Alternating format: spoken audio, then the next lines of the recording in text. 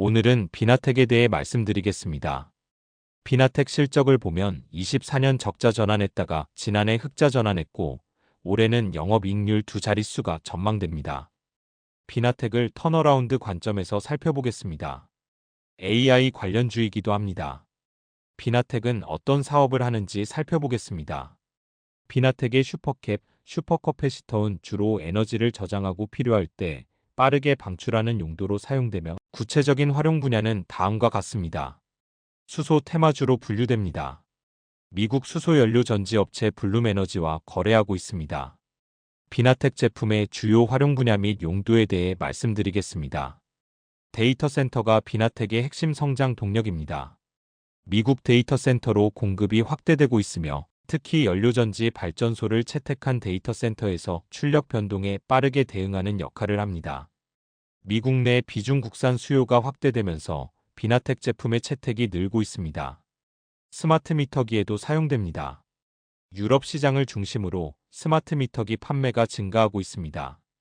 원격 검침용 스마트 미터기 내 전력 백업 및 데이터 전송용 전원으로 사용됩니다. 연료전지 발전소에도 사용 중입니다. 연료전지 발전소 채택 비중이 높아짐에 따라 이에 최적화된 슈퍼캡 시스템에 대한 수요가 커지고 있습니다. 비나텍의 시장 내 경쟁 우위 부분에 대해 말씀드리겠습니다. 제품이 희소성이 있습니다. 중국 기업을 제외하면 국내외에서 슈퍼캡을 생산할 수 있는 기업은 극소수입니다. 미국 내에서 비중 국산 제품에 대한 수요가 늘어남에 따라 20년 이상의 업력을 가진 비나텍이 직접적인 수혜를 입고 있습니다. 베트남 공장을 증설 중입니다. 사업이 잘 되고 있다는 이야기입니다. 비나텍 실적에서 눈에 띄는 점은 24년 적자 전환입니다. 이때 무슨 일이 있었을까요? 유럽에서 스마트 미터기 수요가 일시적으로 부진했고 수소 시장 개화도 지연되었습니다. 반면 설비 투자에 따른 비용은 증가했습니다. 설비 투자는 고정비 증가를 의미합니다. 연구개발비 및 인건비, 감가상각비도 증가했습니다. 그러나 성장을 위해서는 투자가 불가피합니다. 결국 투자를 단행했고 지난해에는 매출 증가와 함께 흑자 전환을 기록했습니다. 사업 구조도 바뀌고 있습니다. 그동안 셀 단위로 판매하던 구조에서 고부가가치인 시스템 공급업체로 탈바꿈하고 있습니다. 2025년 하반기부터는 데이터 센터향 공급이 본격화되며 이제는 투자를 회수하는 구간에 접어들었습니다. 비나텍 재무사항에 대해 살펴보겠습니다. 매출 800억 원대 기업이 설비 투자를 지속적으로 해왔습니다. 24년에는 설비 투자 비용이 449억 원으로 매출액에 버금가는 수준이었습니다. 장치 산업 특성상 고정비가 많이 드는 구조입니다. 감가상각비와 인건비 비중이 높다는 의미입니다. 이러한 기업은 매출이 증가해야만 실적이 개선됩니다. 고정비 레버리지 효과가 큽니다. 올해 이익률이 크게 높아지는 이유도 여기에 있습니다. 매출이 50% 가까이 늘어날 경우 자연스럽게 고정비 효과가 나타납니다.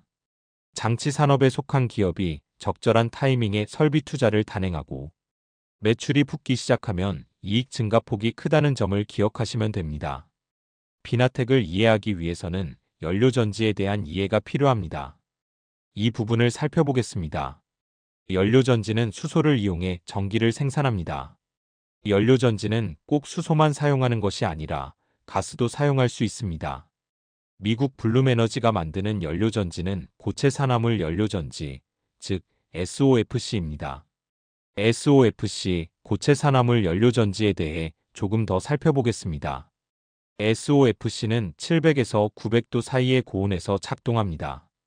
백금 촉매가 필요 없고 도시가스, 천연가스, 수소, 바이오가스 등 다양한 연료를 사용할 수 있습니다. 이 때문에 대형 고정식 발전용에 적합합니다. 연료전지로 전기가 어떻게 생산되는지 좀 더 살펴보겠습니다. 연료전지를 만들기 위해 수소가 필요합니다. 블룸에너지는 천연가스 등에서 수소를 만드는데 이를 계질이라고 합니다. 고온에서 산소이온이 전해질을 통과해 수소와 만나면 전기가 생성됩니다. 부산물로는 물이 나옵니다.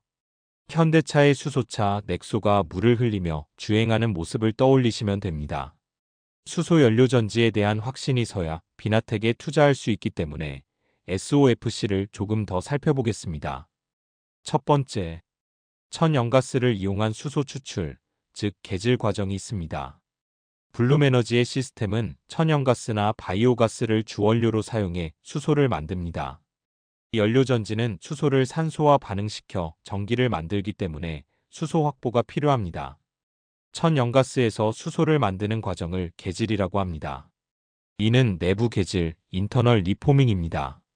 SOFC는 600에서 1000도의 고온에서 작동하기 때문에 별도의 대형 외부 장치 없이도 연료전지 내부에서 천연가스를 수소와 일산화탄소로 변환해 바로 발전할 수 있습니다. 현재 수소 충전 인프라가 완벽하지 않기 때문에 기존 천연가스 배관망을 그대로 활용하면서 전기를 생산할 수 있다는 점이 블룸에너지의 가장 큰 상업적 경쟁력입니다. 물론 향후에는 100% 수소로 전환하는 것도 가능합니다. 미국은 천연가스가 풍부하기 때문에 이를 활용해 수소를 만듭니다. 수소가 있다면 바로 수소를 사용하면 됩니다. 수소를 구하기 어려우니 천연가스를 개질해 수소를 얻는다고 이해하시면 됩니다.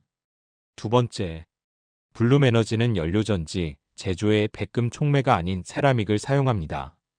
비귀금속 촉매 사용입니다. 이 부분이 수소차 등에 쓰이는 연료전지, PEMFC와 가장 큰 차이점입니다. 저온에서 작동하는 PEMFC는 반응성을 높이기 위해 비싼 백금을 필수적으로 사용해야 합니다. 반면 SOFC는 고온에서 반응이 일어나기 때문에 니켈이나 세라믹 소재를 촉매로 사용할 수 있습니다. 수소차에 백금을 사용해야 하므로 수소차 가격이 비싸다는 이야기가 나오는 것입니다. 경제성과 내구성이 좋습니다. 백금을 사용하지 않기 때문에 소재 비용을 절감할 수 있고 일산화탄소로 인해 촉매가 손상되는 피독 현상에서도 자유롭습니다. 오히려 CO도 연료로 사용할 수 있다는 점이 SOFC의 장점입니다. 세 번째, 비나텍은 블룸에너지에 무엇을 납품할까요? 블룸에너지가 백금 촉매를 사용하지 않음에도 비나텍이 파트너인 이유는 크게 두 가지입니다. 슈퍼커패시터 시스템입니다. 이 부분이 핵심입니다. 블룸에너지의 연료전지는 전력을 생산할 때 데이터 센터의 급격한 부하 변동에 즉각 대응하지 못하는 한계가 있습니다. 이를 보완하기 위해 비나텍의 슈퍼캡 시스템이 필수적으로 들어갑니다. 비나텍은 수소연료전지, PEMFC 소재 사업도 하고 있습니다. 비나텍이 제조하는 백금 촉매와 MEA는 주로 수소차, 건물용 PEMFC, 수전의 설비 시장을 타깃으로 합니다. 즉, 블룸에너지에는 슈퍼캡 위주로 납품하고 MEA와 촉매는 현대차 및 기타 수소 인프라 기업을 대상으로 사업을 전개하는 포트폴리오를 갖추고 있습니다. 블룸에너지의 매출액은 25년에 크게 증가했고 영업이익은 흑자 전환했습니다. 24년에는 잉여 현금 흐름이 플러스로 전환되었습니다. 이는 매우 중요한 변화입니다. 외부 자금 없이도 설비 투자 자금을 내부에서 조달할 수 있다는 의미입니다. 비나텍 실적과 연결해서 보겠습니다. 블룸에너지는 24년 흑자 전환했고 비나텍은 25년 흑자 전환입니다. 26년에는 블룸에너지와 비나텍 모두 매출과 이익의 성장세가 더욱 높아질 것으로 예상됩니다. 동행한다고 보시면 됩니다. 그렇다면 왜 블룸에너지의 수소연료 발전 수요가 많을까요? AI 데이터 센터 때문입니다.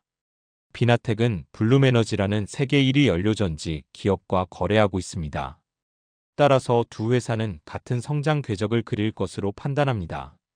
비나텍의 발전 가능성을 기대해 볼 수 있는 부분이 여기에 있습니다. 이상으로 비나텍에 대해 말씀드렸습니다. 시청해 주셔서 감사합니다. 구독과 좋아요 부탁드리겠습니다.